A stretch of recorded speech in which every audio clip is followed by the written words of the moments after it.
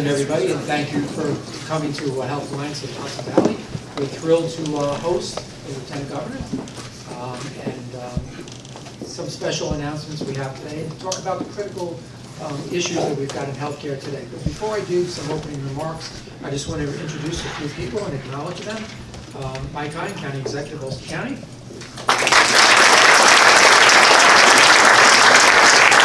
Steve Noble, Mayor of the City of Kingston. Supervisor, Town of New Paltz.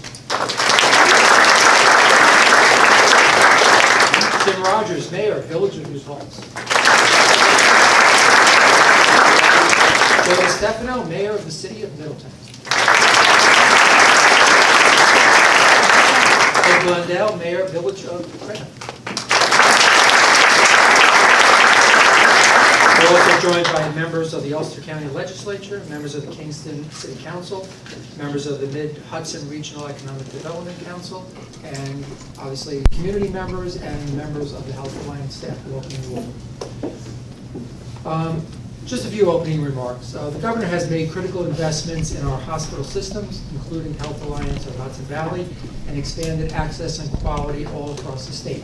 As you know, we are waiting for final CON approval, but we've been awarded $88.8 million to consolidate 2 hospitals into 1 and build a medical village that improves access to this community. So we're very, very thankful for that support. However, on the darker side, cuts to programs that support safety net services of the most vulnerable New Yorkers will negatively impact our residents, hospital, and healthcare providers.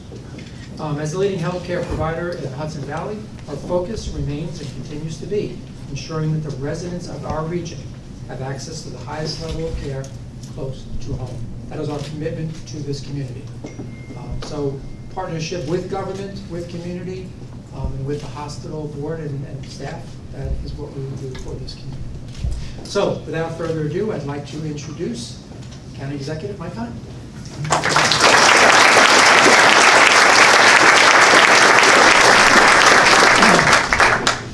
Let's see, it's Wednesday. That must mean we're going to have another attempt to roll back the ACA. Thursday. It's Thursday. Let's see, it must be another attempt to roll back the ACA. It's Friday. It must be another attempt to roll back the ACA. The reality is that's precisely what we have seen all across our land. The AMA doesn't support it. Nobody of conscience supports it. And yet we see challenges day in and day out of Washington that will negatively affect health care of everyday Americans. It is the first time in my lifetime that I have ever seen the government itself working against the best interests of its own people. It's astonishing, it's appalling, and it's dangerous. Now, here in Ulster County, we've worked extremely hard in improving health outcomes. Partners like the Health Alliance and so many others. And we've seen Robert Wood Johnson health rankings skyrocket and see huge improvements. It's a petrifying moment when you realize all that can be washed away with the stroke of a pen in Washington or a vote of people who are completely detached from what that really means to everyday citizens, including some of our most vulnerable people, our children. So as we move forward, we're fortunate in New York, though, to have somebody that's willing to stand up and fight on both a statewide and national level in Governor Cuomo. We are blessed to have someone who simply has said time and time again, no. It's unacceptable. We're not going to allow health care to be undermined in our state by irresponsible actions, and I'm going to call it out from the top of a mountaintop, and I'm going to do everything in my power. And so we are blessed to have a governor in the state of New York who gets that and is willing to fight. So I want to say a very special thank you to Governor Cuomo for all that he has done on these issues and all that he will continue to do. And we're very blessed to have an extraordinary individual in our midst right now. Someone who fights shoulder to shoulder with Governor Cuomo every single day to make New York a better place, and to fight for each and every New Yorker, and also for the best interests of the United States. Ladies and gentlemen, please join me in welcoming the incredible Lieutenant Governor, Kathy Hochul.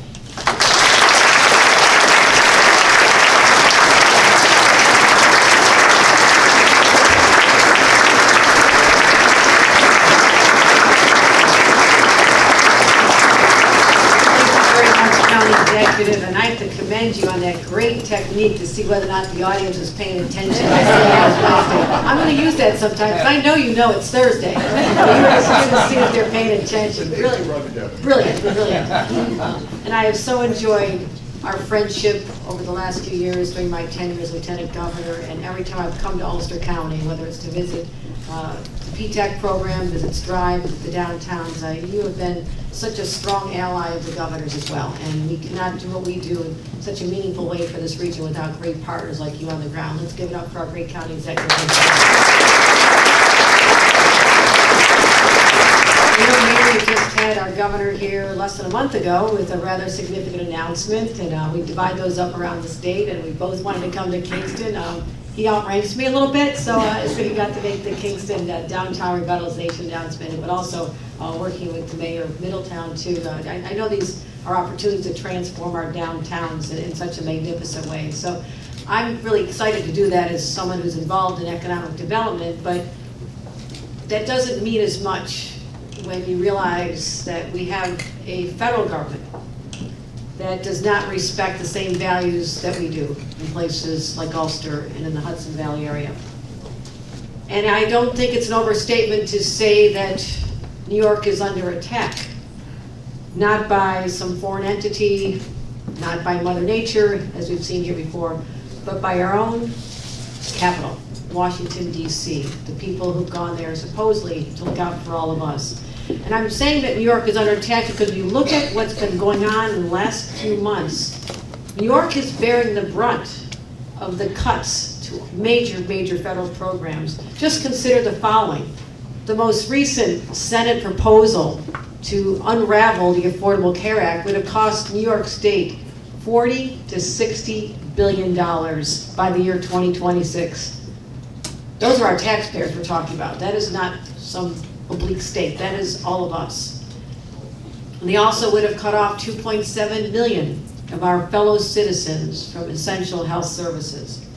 Also, the cuts for reimbursements for healthcare organizations take care of the uninsured over 18 months would have cost us $1 billion, a second major hit to New York State.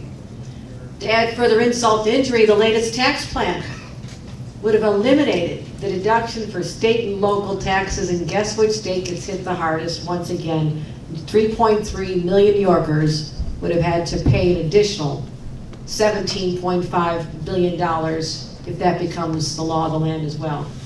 And then just waking up today, using executive orders to accomplish what the president was not able to do because we actually had some thoughtful members of the Senate who said no. He's using executive orders to unravel the Health Care Act before our eyes, and the details are just emerging. So we are under assault.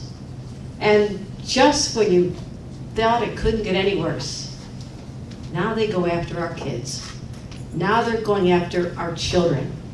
And what a disgrace to allow the Children's Health Insurance Plan to literally lapse on September 30th without a plan to restore it. Who does that? How heartless can you be to say, we don't care about the 350,000 children living among us who use this plan, whose parents use this plan to make sure they get their immunizations and checkups and visits to see the dentist, because we know that dental care is the foundation of good health for so many. Or vision care. Think about the little kids who just thought they weren't smart because they couldn't understand what was going on in class because they didn't have the right glasses on. They couldn't see the board. And this program allows them to see a vision care provider. That's who we're talking about. And our governor and I are just fed up. We are truly fed up. The governor has asked me to crisscross the state. Yesterday I was in Lockport up in Niagara County. Ended up on Long Island, and here I am today. And yesterday, as I was reading emails, traveling across the state, a lot of time, I received a message from someone who had been at our event in Lockport, a woman named Jessica. She worked for a small business that didn't provide health insurance. Her husband was a farmer. She had 2 daughters with severe illnesses. And she said she was almost in tears to think that that would be the health care she's able to give her children and get them the ICU care they often need, these 2 little girls, was going to be wiped out. And she was so grateful that we were spreading this message across the state to fight on her behalf. There are Jessicas and little girls and little boys all over this state that are counting on all of us. And that is why I'm so delighted to see the representation from our government, our legislators, our mayors, our supervisors, who care deeply about the people who put them in office. And that's why we're in this together. And we're talking again about families who don't qualify for Medicaid. They're working families, we're working class families. They make up to $82,000 with a family of 3 children. They're not wealthy, but they have to make that decision. Are we going to spend the money out of pocket to get the preventative care? Or think about this. We're going to end up in an emergency room because we waited too long, and David knows about this. The Health Alliance knows what I'm talking about. If you really are concerned not about people, but about dollars and cents, then why don't you figure out that every dollar spent preventing illness has a ripple effect. Thousands could be saved per illness if we stop it early on. And don't force people to sit in an emergency room for something that can be taken care of in a doctor's office. Why aren't they smart enough to figure that out? I don't know, I can't answer that question. But we're talking about in this area, the Mid-Hudson area, 49,631 children. Ulster County alone, 3,681. I guarantee if you leave here today, you're going to run into one of those kids in a playground, in the grocery store with their mom. These are our children who live among us. And heaven help us if we don't marshal the strength to be out there and be their voice, because they don't have a voice, they count on all of us. And that is why the governor and I are so committed to trying to undo this by mobilizing the people and communities like Kingston and Ulster and the Hudson Valley all across the state of New York. But I also have some more bad news. Not just the CHIPS program is under assault, but also the federally qualified healthcare centers, 650 centers across the state of New York that are out there providing these services to our most vulnerable. A place where people can walk in and be treated with dignity, get the health care they need, and go home and be okay. We wipe them out. We wipe them out. Where are these people supposed to go? Again, it doesn't make sense. And yet that's what we're up against, fighting to protect those federally qualified healthcare centers. And those cuts, in case anyone's keeping score, the numbers are astronomical. That's a $138 million hit for New Yorkers as well. Every single center in the state of New York would be impacted. So, what do we do? Well, you know how to mobilize. You know how to use social media. You know how to show up at congressmen's offices. You know how to get people to respond. I'm a former member of Congress. I know what pressure points people can hit. Now, I will also tell you I'm no longer a member of Congress because I refused to vote to repeal the Affordable Care Act several years ago. I would take that vote every single day of the week.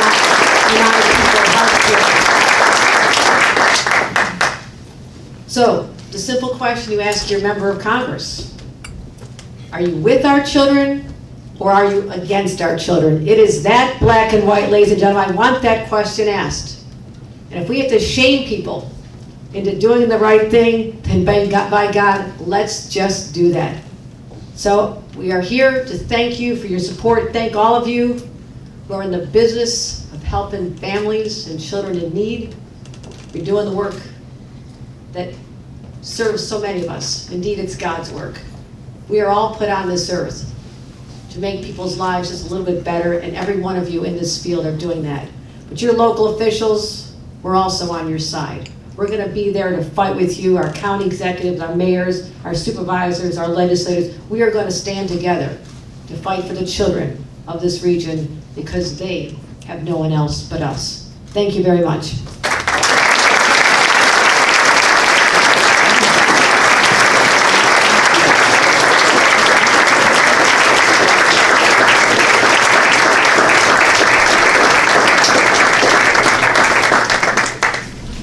Thank you, Lieutenant Governor Hochul. That was a great message. Very sobering, I think, for us. But, you know, our job on the ground is to continue to provide health care to those in need, regardless of their ability to pay, regardless of the pressures that we see from the federal and state government. And it's a partnership. It's a partnership between community, government, and our healthcare workers, and all of you out there who are healthcare workers. Thank you for what you do. I want to thank you all for coming, and have a great day.